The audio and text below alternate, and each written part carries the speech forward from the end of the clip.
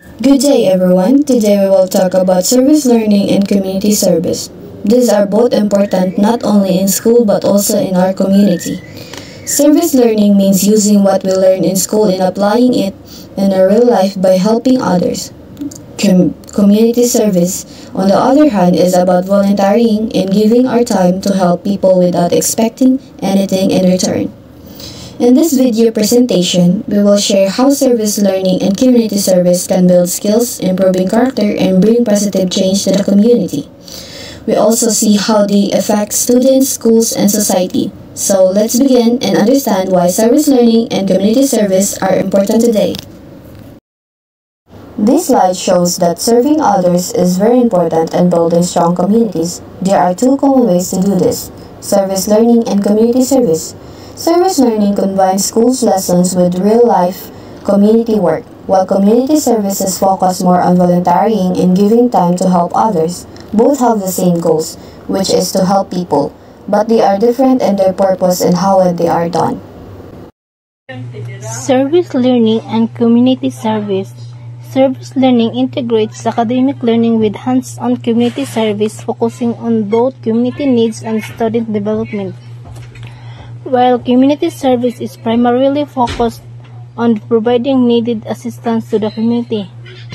So, ang service learning day kuno kay pagtabang sa komunidad nga gisagol sa pagkat-on sa estudyante ug makatabang sa panginahanglan sa komunidad ug makapalambo sa kahibalo ug abilidad sa estudyante. Then, ang community service pod kay puro ra gyud siya pagtabang sa komunidad. Then ang tuyo kay matubag ang ilang kinahanglanon ug dili kayo nakafocus sa pagkaton sa estudyante. Service learning is an educational approach that combines community service with academic learning and reflection. Its purpose is twofold.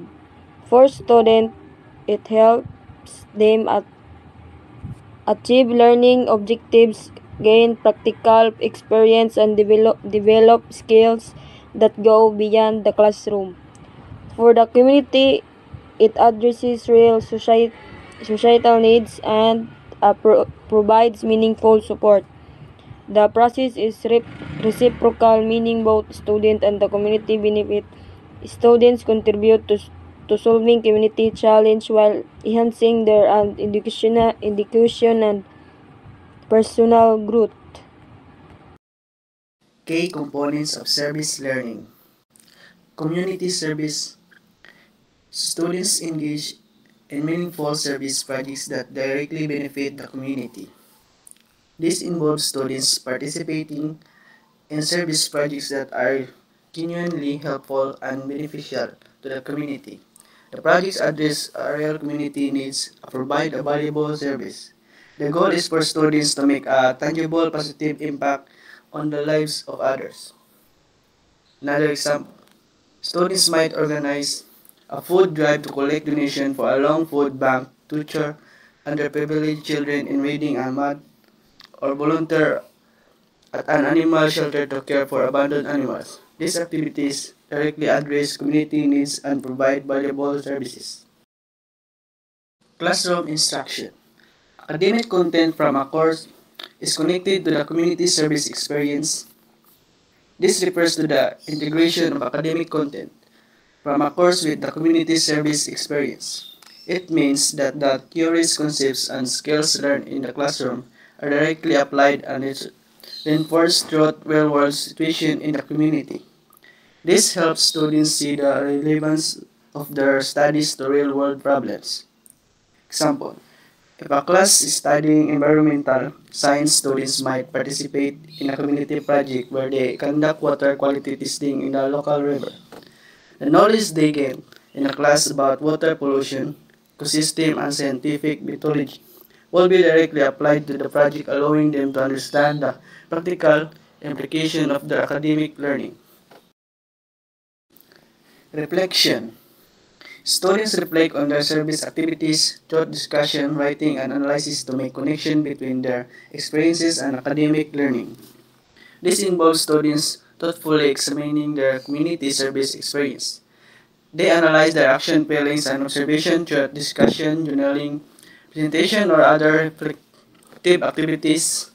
The key is to connect this experience to what they're learning in the classroom, bridging the gap between theory and practices.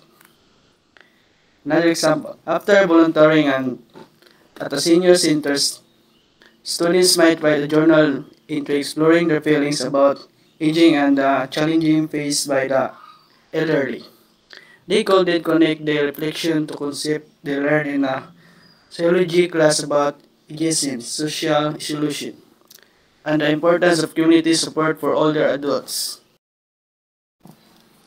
Reciprocity. There is a two-way exchange of learning between the students, the community, and the faculty.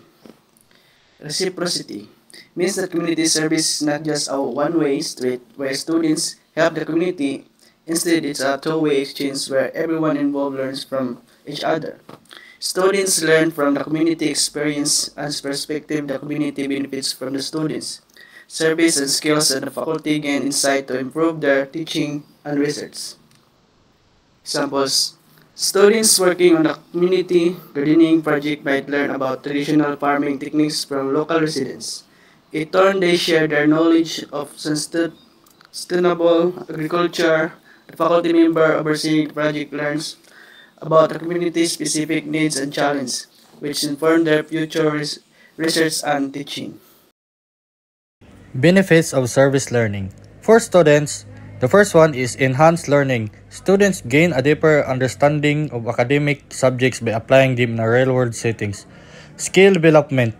Students develop crucial life skills such as teamwork, communication, problem solving, and critical thinking.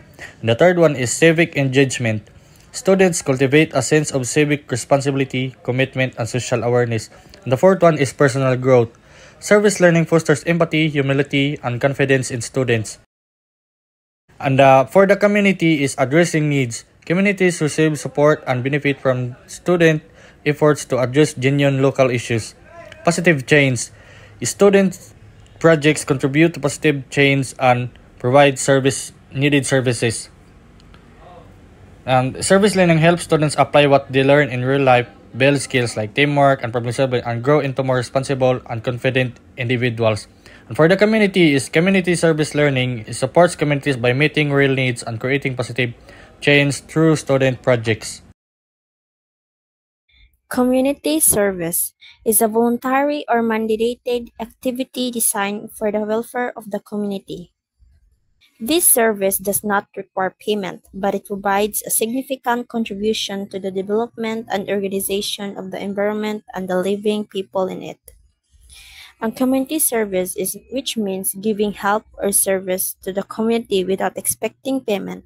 For example, cleaning the streets, helping the elderly, planting trees, or assisting children. It is done for teach people about care, cooperation, and responsibilities. The main purpose of community service is to help improve society, support people in need, and give back to the community. Some examples include is helping clean a park or public spaces, volunteering at a hospital, school, or elderly home, and donating time at a food bank or soup kitchen. In short, community service is giving your time and effort to help others and make the community. Key characteristics of community service. There are three community service key characteristics of community service. First is unpaid work. Individuals do not receive financial compensation for their times and effort. So mga individual kamo dili ka na maka-receive og mga financial compensation kamo sa ilahang pagpaningkamot og sa ilang oras sa og effort. Second, benefiting the community.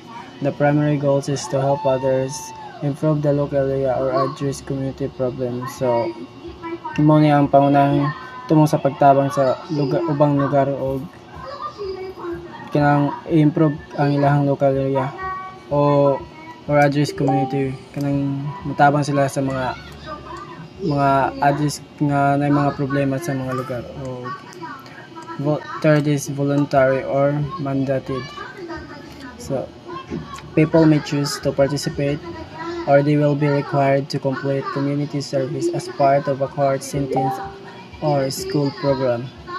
So pasabot din nga ang mga tao kanang mahimong mupili sa pag-apil o mahimo silang kinahanglan nga magkumpleto ang serbisyo sa individual sa serbisyo sa komunidad isip kabahin sa usa ka sentensya sa korte o program sa eskwela. There are example of community service, the direct and the indirect service. So there are three direct service. So the first one is helping at a food bank or homeless shelter. So kani siya is ikaw mismo ang nitabang sa mga tao nga kanang way pagkaon or walay mga kapuy-an. Pananglitan, ikaw ang nagpakaon sa mga tao or naghatag og pagkaon sa mga tao. Ginana. Then second is visiting and assisting the elderly or people with disabilities. So kani siya ikaw sad mismo ang nag-uban sa ilaha, pananglitan nag-uban sa ilaha og pagpalit og tambal or kanang nagpag-atiman sa ilaha, ikaw mismo nilihok ba muna siyang direct services. Next is participating in community cleanup events. So ni-participate ka, ikaw sad mismo ang kanang nilihok, ikaw mismo ang naglimpyo, ikaw mismo ang nagtanom og mga kahoy, mga inana. So ang direct service di ay kay ikaw jud mismo ang kanang nibuhat na siya. Then ang indirect services is organizing or participating in fundraising for a non-profit. So kani siya is you help raise money for an organization that support people in need. So kani siya is kanang dili ka diretso kanang mutabang sa tao bitaw, pero imo silang tabangan pinaagi sa pagpangita og kanang kwarta. Example, you help organize a charity concert and the money goes to a children's home. And then next is advocating for social issues. So kani siya is you speak up or create awareness about problems in society like bullying, mental health, or kanang gender equality. So kani sad siya mutabang sa gaani kanang dili diretso sa kanang usa ka tawo, pero imuha siyang kanang dili ka diretso mutabang sa ilaha babat. Imo siyang gitabangan through kanang, for example, you make a poster or videos to educate other anti-bullying in school. Then number 3 is launching community-wide program like recycling initiatives. You create or support programs that help the environment or the whole community. So kani is kanang naghimo ka og mga programa nga kanang makatabang dito sa imong community, like kanang for example kanang naghimo ka kanang program sa inyong barangay sa kanang pag recycle og kanang mga like kanang plastic, may na gani ang plastic, ang papel, or ang kanang di malata or ang magamit pa ana ilahi ang siya. Then so ang indirect services DI is are ways of helping other without directly interacting with the people you are helping. Instead, you support them through action that benefit the community or support organizations that help them. So lain siya ang indirect o direct. Kaya ang direct kay kuan man to, ikaw jud mismo ang nilihok, ikaw mismo ang nitabang inana. So ang indirect kay murag dili siya murag imong ipaagi og kanang imong ipaagi og mga fundraising ngayon na mga kanang para makakuha kag kanang mga dapat itabang nila nana. Benefits of community service: builds empathy and compassion, strengthens community relationships, provides support to those in need, encourage volunteerism. The benefits of community service is beneficial because it helps people develop new skills, build empathy, strengthen their community, improve career opportunities, and gain a sense of purpose and fulfillment. So, why people kuno engage in community service. So number one is helping others, the desire to make a positive difference in the lives of others. So makatabang ta sa tao and makaunahon na sad sila positive na pagtanaw sa tuwa. And second is community improvement, a motivation to enhance one's neighborhood or city. So makatabang ta, makamotivate ta sa usa ka lugar o usa ka barangay o sa pamandiha. And personal growth, opportunities to learn new skills, gain experience, and develop a deeper connection to the community. So, ang sa pagtabang sad, makatabang ta, maka-gain sa tag mga new skills.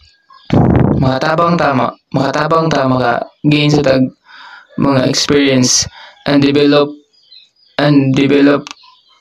to another person connection, so maka-amigo kag maka-amiga. And lastly is fulfillment of requirements. Students may be required to complete service hours for high school graduation or to receive honors. So students kuno required kuno sila mo service hours, mo serbisyo sa pagka high school and to graduate and to receive honors. While adults may be ordered to do so by accord. So, mga katigwangan, musnod sila sa protocol sa korte. Thank you. Next is kay differences of community service and service learning. Nani siya upat ka aspect. Ang goal, connection, reflection, and lastly is outcome. So ari usa ta ni goal. Sa community service, ang iyang goal is to help others or help others. So means motabang ka sa imuhang mga kauban or sa mga tao ingana. While ang service learning makakat-on ka while ning tabang. The next one is connection. So sa community service, ang connection niya or yang aspect is no direct link to academics. Wala siya labot sa imong sa imong pag-eskwela, sa imong grado, ingana. While ang service learning integrated into curriculum. So labot na siya. Bali graduhan ka kung sa imong mga nahimo sa uban, ingana. Sa reflection ta, community service not required. Bali wala reflection, wala kay makuha ingana. Then sa service learning is required. So means nakay dapat na ganing imong ma-reflect unsa imong apply ana sa imong kaugalingon.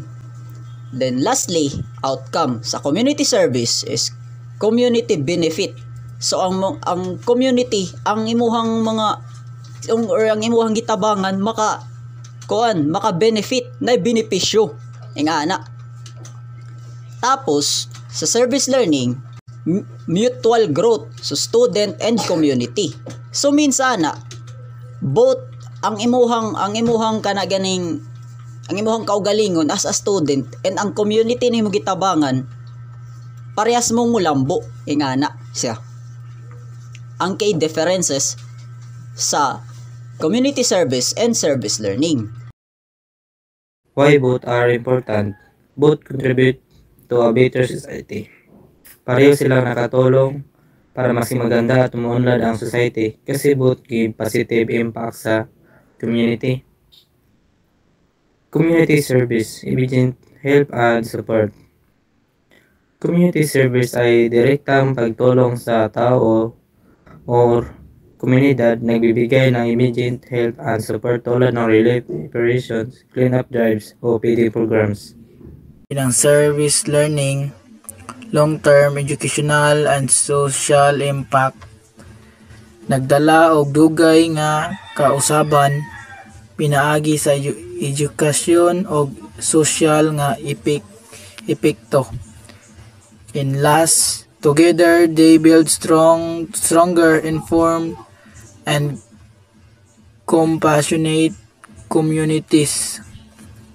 So, kung magkahiusa sila, makatukod og lig-on, maalamon og mapinanggaon nga mga komunidad.